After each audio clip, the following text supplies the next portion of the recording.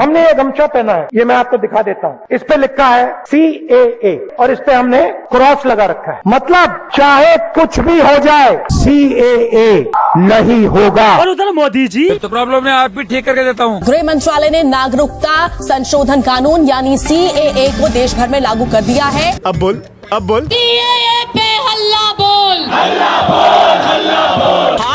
सारे मोहल्ले में हल्ला हो गया, घर में पड़ोसी के लल्ला हो गया।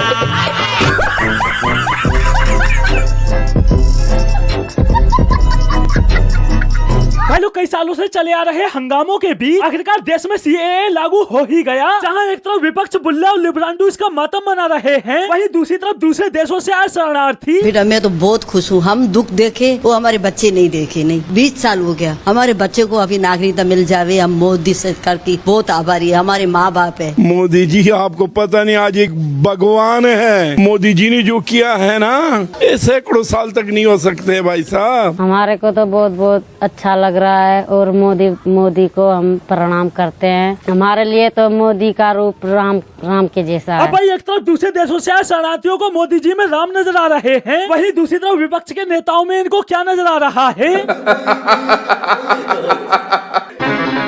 तू समझा?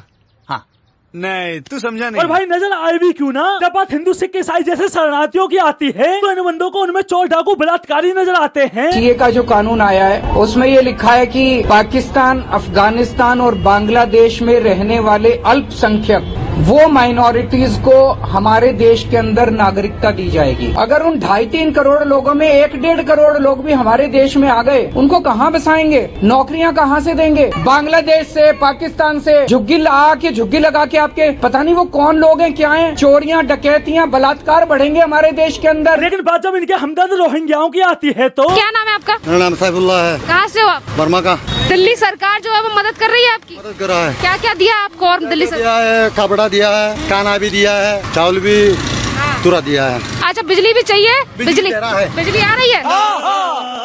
भाई ये तो खुजली बाल की हराम जादगी है। बंदा खुद तो रोहिंग्याओं को दिल्ली में बसाकर फुल सुख सुविधाएं दे रहा है, लेकिन अगर बीजेपी दूसरे देशों के अल्पसंख्यकों को भारत में नागरिकता देने के लिए CAA लाती है तो उसके विरोध में यही आम आदमी पार्टी हम CAA के कानून का पुरजोर विरोध करते हैं। अरे वो खिलौना बना खलनायक की तातिया बिच्छू, तुम लोगों के विरोध करने से होगा क्या? कोई फर्क पड़ता है का? कोई भूकंप आएगा का? और भाई ये आम आदमी पार्टी इकलौती नहीं है, भारत में ऐसे और भी कई पप्पू पिंकी लिब्रांडू गांडू थे जो शुरू से ही CAA के विरोध में थे। इनका CAA को लेकर कहना था ये जो सिटीजन अमेंडमेंट एक्ट है ये बहुत ही खतरनाक और बहुत ही कम्युनल एक्ट है। ये NRC में इतने डरावने प्रोविजंस हैं। मैं पर्सनली बहुत अपसेट हूँ इस पूरे CAA से। मतलब इन लिब्रांडू बॉलीवुडियों को CAA का सी नहीं पता होगा, फिर भी बंदों ने देश के मुस्लिमों के अंदर इसके अंदर जहर घोला कि पूरे देश का माहौल ही बिगड़ गया। और अब जब भारतीय मुस्लिमों को इसके बारे में सही जानकारी मिली तब ये CAA कानून जो लागू किया है ये नागरिकता देने का कानून है, ना कि नागरिकता लेने।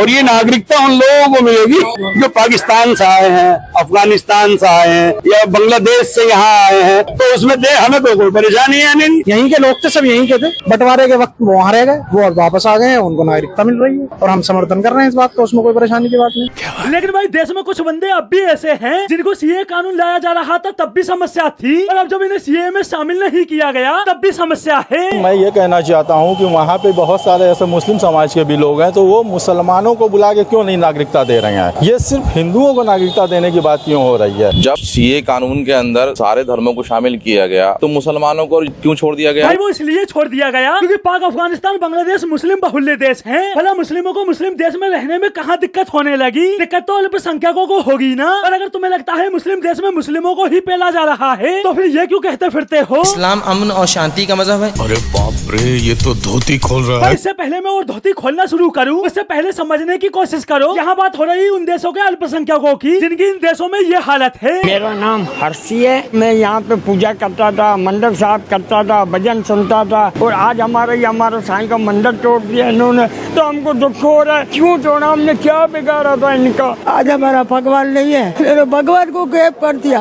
ये लोग बर्दाश्त करे, हम लोग भी कुछ नहीं कर। मैं मेरे मजहब के लिए खड़ी हूँ।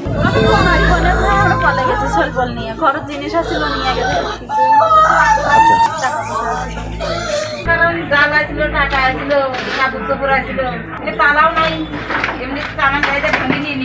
जब हम यहाँ से उतरे खाना खाने दूसरी दुकान पे गए तो 5 मिनट के अंदर बस यहाँ पे धमाका हो गया। देखता हूँ कि मेरी दुकान से धुआं निकल रहा है। हमारा पीछे एक गुरुद्वारे के घर है। अभी गुरुद्वारे की खबर हो गई कि इधर अटैक हो गए। हम आ गए जल्दी। इधर 18 बंदे गुरुद्वारे में था। उधर गुरुद्वारे की अगले सेट में जो हमसाए हैं वो घर में घुस गए अनुभूति लोग। एक सविंदर सिंह जी रह गया बाथरूम में, वो शहीद हो गया और 3 लोग जख्मी हो गए और गुरुद्वारा ज्यादा खराब हो गया। ये तो इन देशों में अल्पसंख्यकों की हालत है, लेकिन मजाल है विपक्ष में बैठे किसी नेता का इनके लिए दिल पिघल जाए। हाँ, लेकिन बात जब रोहिंग्याओं की आती है तो सारे के सारे विपक्ष के नेता खबरदार बाप है हमारा। मतलब भाई पूरे विश्व में 57 मुस्लिम देश हैं, किसी देश ने रोहिंग्याओं को शरण नहीं दी, लेकिन हमारे देश के विपक्ष के नेता इन बंदों को शरण देने के लिए हिंदुओं को गालियां बकने को तैयार हैं। बंदों को हिंदू सिख शरणार्थियों में चोर डाकू बलात्कारी नजर आ रहे हैं, जबकि इन्हीं अल्पसंख्यकों की पाकिस्तान जैसे देशों में हालत। गेहूँ काटते थे, मजदूरी तक भी कोई नहीं देता था। बच्चे हमारे पढ़ाते नहीं है, धर्म हमारे कराते नहीं है, कभी भरने नहीं देते, किसी मंदिर में जाते तो मारते हैं। बच्चे उनको पढ़ाने भेजते हैं तो अगवा करके ले जाते हैं और अग्नि संस्कार करने नहीं देते वहाँ पर। वो 8-9 साल की लड़कियाँ हो जाती है, इसे हमें घर में छिपा के रखते हैं क्योंकि वो लड़कियाँ बुरी नजर से देखते हैं। अगर अगवा करके ले जाते हैं तो 20-25 दिन अपने घर में रख के बाद में आके कोर्ट में पेश करें। हमें कहा जाता था कि तुम मुसलमान क्यों नहीं हो जाते। और भाई पाकिस्तान में हिंदुओं के साथ भेदभाव, उसकी तो कोई लिमिट ही नहीं है। आप पाकिस्तानी हिंदुओं से ही सुनो। पानी ऐसे हाथ में पिलाते हैं क्योंकि हम इंसान तो हमारे को समझते नहीं है। उधर बहुत खाली बस थी, एक और औरत थी और एक मेरी दोस्त थी मेरे साथ। मैं उस औरत के साथ जाके बैठी ना तो उसने फौरन सीट छोड़ के आगे चली गई। मेरी कुछ फ्रेंड्स थी, वो मुझसे लेकर कुछ खाती पीती नहीं थी। हिंदू भाइयों को इसमें देते हो आप, फिर उधर बैठ के खाएंगे। प्लेटां च नहीं देंगे हिंदुओं ਨੂੰ। ਤੁਸੀਂ ਨਹੀਂ ਕੱਟਦੇ ਹਿੰਦੂਆਂ ਦੇ ਵਾਲ, ਤੁਸੀਂ ਕਿਉਂ ਨਹੀਂ ਕੱਟਦੇ ਹੈਗੇ? ਅਸੀਂ ਨਹੀਂ ਕੱਟਦੇ यार, ਅਸੀਂ मुसलमान हैं, ਅਸੀਂ हिंदुओं ਦੇ ਵਾਲ ਕੱਟੀਏ, पागल हो तुम। अब भाई आप खुद सोचो, ये बंदे कैसे पाकिस्तान बांग्लादेश जैसे देशों में अपने दिन गुजारते होंगे। अब जाकर इन्हें हिंदुस्तान में थोड़ी सहूलियत मिली तो देश में मौजूद कुछ लोगों को इससे भी दिक्कत हो गई। उनका शरणार्थियों के लिए कहना है उसमें मुस्लिमों को क्यों नहीं जोड़ा जा रहा है। अगर उनके साथ मुस्लिमों को भी लाया जाए तो हो सकता है कि उनके साथ साथ हमारी भी तादाद बढ़ेगी। मतलब भाई इनका खेल तो पूरा तादाद पर ही टिका हुआ है। इन्हें समस्या सीएए से नहीं, इन्हें समस्या है हिंदुओं की तादाद से। तभी तो ये बंदे सीएए का विरोध और रोहिंग्याओं को समर्थन करते नजर आते हैं। अब भाई आप खुद समझ सकते हो कि देश में इस कानून की कितनी जरूरत थी। हालांकि अभी सीएए ही आया है, एनआरसी तो अब भी बाकी है। वो मोटा भाई ने कहा था ना, आप क्रोनोलॉजी समझ लीजिए। पहले सीए भी आने जा रहा है, सीए भी आने के बाद एनआरसी आएगा और एनआरसी सिर्फ बंगाल के लिए नहीं आएगा, पूरे देश के लिए आएगा। और जिस दिन एनआरसी आया देश में पड़ रहे रोहिंग्या।